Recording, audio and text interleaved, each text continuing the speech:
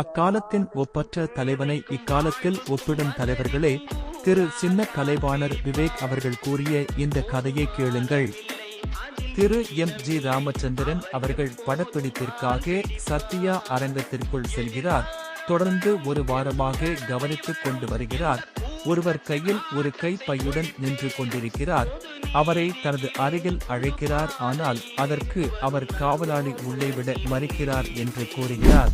தனது உதவியாளரிடம் சொல்கிறார், அவரை அழைத்து வாருங்கள் என்று.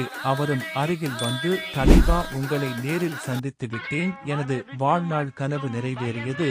இதுவே எனக்கு போதும் என்று மகிழ்ச்சியின் துள்ளி குதிக்கிறார். அதற்கு திரு எம்.ஜி. அவர்கள், சரி, கையில் என்ன கொண்டு வந்திருக்கிறாய்? எதற்காக ஒரு வாரமாக காத்து கொண்டிருக்கிறாய் என்று கேட்கிறார். ஐயா, எனது திருமணம் வருகிற மாதம் 14ஆம் தேதி வைத்திருக்கிறேன். அதற்கு நீங்கள் வரவேண்டும். நீங்கள் வந்து தாலி எடுத்துக் கொடுத்தால்தான் நான் தாலி கட்டுவேன் என்று அவரிடம் கூறுகிறார். அப்படியா, நல்ல விஷயம், நான் கண்டிப்பாக வருகிறேன் என்று கூறி அந்த பத்திரிகையை வாங்கி தனது உதவியாளர்களிடம் கொடுத்து, கண்டிப்பாக எனக்கு அந்த தேதியை நினைவூட்டுமாறு கூறுகிறார் உதவியாளரிடம். நாட்கள் உருண்டோடுகிறது. அந்த தொண்டர் கூறிய 14ஆம் தேதியும் அன்று வந்துவிட்டது. எம்.ஜி.ஆர். அவர்களுக்கு அந்த தேதி நினைவில் இல்லை. அவரது உதவியாளரும் அவருக்கு நினைவூட்டவில்லை. சத்யா அரங்கில் படப்பிடிப்பு நடந்து கொண்டிருக்கிறது. இவர் ஒப்பனை போடுவதற்காக செல்கிறார். அந்த ஒப்பனை பெட்டியில் ஏதோ ஒரு பத்திரிகை இருப்பது போல் இவருக்கு தெரிகிறது. உதவியாளரிடம், என்ன இது பத்திரிகை என்று கேட்கிறார். அன்று ஒரு தொண்டர் ஒருவர் கொடுத்தார் அல்லவா, அந்த பத்திரிகைதான் தலைவரே என்று கூறுகிறார். உடனே படப்பிடிப்பை நிறுத்திவிட்டு புறப்படுங்கள் என்று கூறுகிறார். நேரமும் சென்றுவிட்டது. நல்ல மழை பெய்து கொண்டிருக்கிறது. சத்யா அரங்கத்தில் இருந்து சுமார் 30 கிலோமீட்டர் தொலைவு உள்ளது. அந்த ஊர் சிறிய கிராமம். மழை பெய்ததில் சேரும் சகதியமாக வழியெங்கும் மேடு பள்ளமாக இருக்கிறது. சேற்றில் வாகனம் சிக்கிக் கொண்டது.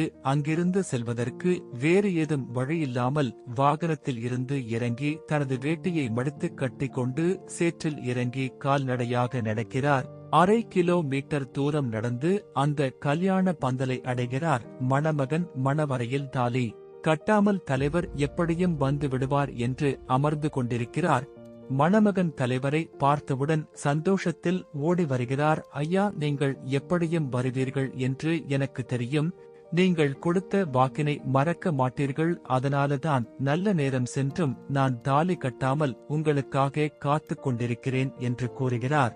சரி, இப்போது நல்ல நேரம் சென்று விட்டது. என்ன செய்வாய்? சீக்கிரம் தளிக்கட்டு என்று கூறுகிறார்.